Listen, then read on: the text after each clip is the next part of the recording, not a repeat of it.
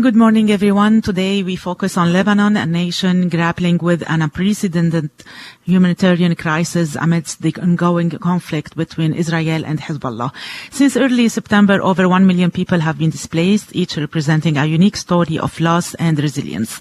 Families are torn apart and communities struggle to secure essential resources like food, water, and healthcare.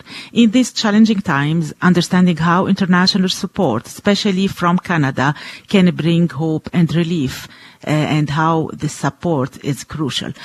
Joining us this morning is Canada's Minister of International Development, Mr. Ahmad Hussein, to discuss the recent announcement of a $10 million aid package aimed at addressing these urgent humanitarian needs in Lebanon. Mr. Minister Hussein, good morning. Good morning. Thank you so much for having me on your program. Thank you for joining us. Can you explain the key components of the aid package and how these components align with the most pressing needs identified by humanitarian organizations on the ground? Well, first of all, I want to begin by expressing my sympathies with the plight of Lebanese civilians who have been displaced. Hundreds of thousands of them have been displaced by this current conflict. And Canada, from the very beginning, has been helping.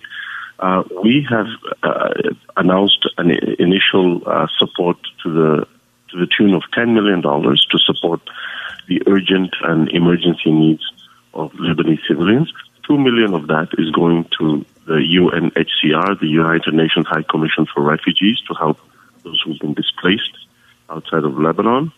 $2 million is going to the World Food Program to help with emergency food supplies for those who are displaced again. And the remaining amount, $3 million of that is going to the Red Cross and Red Crescent Society, and then the other $3 million is going to the humanitarian coalitions. That $6 million out of the $10 million is being matched dollar for dollar by the Canadian government from September 24 to November 3rd, which means any dollar given by a Canadian towards that relief for Lebanon will be matched dollar for dollar. So each dollar that you donate becomes $2 because the government of Canada will match that donation. So the last $6 million of the $10 million is being set up as a matching fund. At the announcement 2 weeks ago, I also announced an additional support of $15 million, which hasn't been allocated yet in terms of the organizations that will get that support. So the total amount is $25 million just for this current conflict going to Lebanese civilians and their needs. The additional aid, how will it be distributed on the ground in Lebanon? You said you didn't define the organization or partners who will be involved in delivering this assistance, but how are you going to be sure that it will reach the most affected? And given the current conflict situation, there are many challenges on the ground. Is there any contingency plan to address potential disruptions? Absolutely, of course. So the remaining $15 million, which we announced in Human, we are evaluating how it will be distributed because, of course, we have to see exactly what you talked about, the impact on the ground, who is on the ground, who can distribute the aid with the most amount of impact, with the least amount of disruptions. It's becoming increasingly difficult to distribute the aid because of the transportation challenges, the logistics challenges because of the airstrikes, particularly in southern Lebanon. But there are trusted partners on the ground who have a long experience in operating in conflict zones. So we're evaluating a mixture of both international trusted partners as well as local partners who will receive that additional $15 million. This, by the way, follows a few months ago an announcement that I made to support Lebanon to the tune of $65 million. This was before the conflict, where we were supporting farmers and women entrepreneurs to get capital. We were supporting refugees in Lebanon to get the right kinds of support for shelter, healthcare, and food. So we've always been there for Lebanon and we'll continue to be there. I just came back from Turkey and UAE, where we were facilitating both the departure of Canadians and their families out of Lebanon. But also in UAE, I was able to visit a humanitarian hub where I saw with my own eyes the support we announced in the form of aid going to Lebanon. I saw medical supplies, I saw shelter supplies and sanitation supplies with my own eyes, and those were on their way to be shipped by air to Lebanon. And I was able to see and interact with a doctor who had just landed from Beirut with the Lebanese Red Crescent, as well as members of the International Federation of the Red Crescent and the Red Cross, UNHCR, World Food Program, and many others who were there. And I was taken to the warehouse where Canadian aid is already being taken to Lebanon using the funds that we announced recently.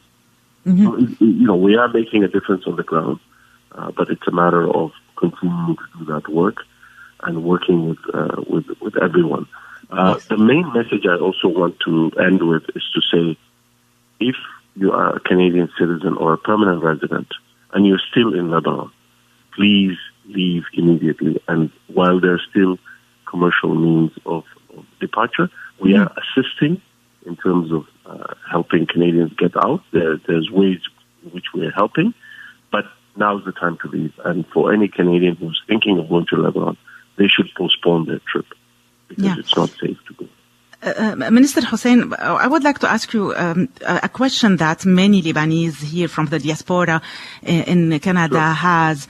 In light of the escalating violence, is the Canadian government engaged in any diplomatic initiatives to work towards a ceasefire and a long-term resolution to the conflict? Absolutely. First of all, obviously, primarily the folks responsible for implementing a ceasefire is the two parties that are engaged in this conflict, Hezbollah and Israel. But Canada has joined our allies in calling for at least an initial 21-day ceasefire to allow for diplomacy to take place, so that we can secure the border and both sides can cease fire, so that civilians on both sides can return to their homes. We have openly called for that. So far, the two sides have not been heeding those calls in the international community to cease fire or even to take that initial 21-day ceasefire. But we continue to urge for that. I have had numerous meetings with a lot of our partners to amplify those calls, because the civilians need to go back to their homes and this conflict needs to stop. I hope that our government in Canada also plan to reassess the needs in Lebanon and allocate further support because of all the need on the ground. Minister Hussein, I would like to thank you for joining us today and for your commitment to supporting the people of Lebanon during this challenging time. Thank you very much. Shukran. Shukran.